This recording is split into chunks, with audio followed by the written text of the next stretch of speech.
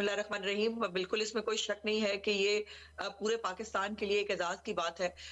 जिस तरह बेनज़ीर भुट्टो साहिबा को पहली मुस्लिम दुनिया की पहली खातून वज़ीर-ए-आज़म बनने का जो है वो एजाज़ मिला, इसी तरह मरीम नवाज़ शरीफ साहिबा जो है वो 12 करोड़ के एक बड़े सूबे को और पाकिस्तान की पहली खातून वज़ीर-ए-आला बनने जा रही हैं। ये इटसेल्फ एक बहुत बड़े ऑनर की बात है। जहाँ तक चैलेंजेस की बात है, बिल्कुल है, आप दुरुस्त कह रहे हैं। लेकिन ये कहना कि उनको एक्सपीरियंस नहीं है, ऐसा नहीं है। पहले तो उनके साथ मियां नवाज शरीफ साहब की सरपरस्ती, उनकी गाइडेंस और उनकी एक लेगेसी जो उन्होंने भी एज वजीर आजम पाकिस्तान और वजीर आला पंजाब जो छोड़ी है, उनका उनका एक उनके पास वो एसेट है।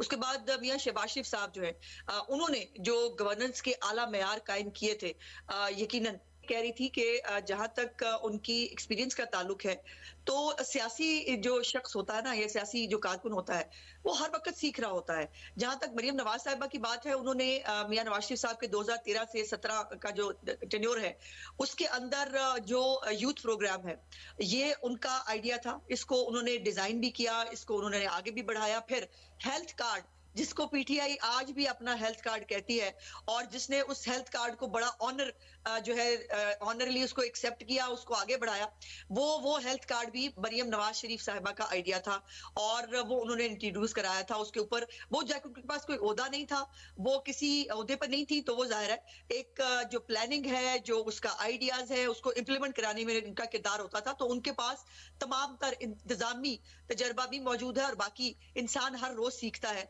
और उन्होंने कभी अपने लिए ये अक्ले कुल होने का दावा नहीं किया। उन्होंने कभी, वो हमेशा वो बड़ों से भी, वो छोटों से भी सीखने पे बिलीव करती हैं।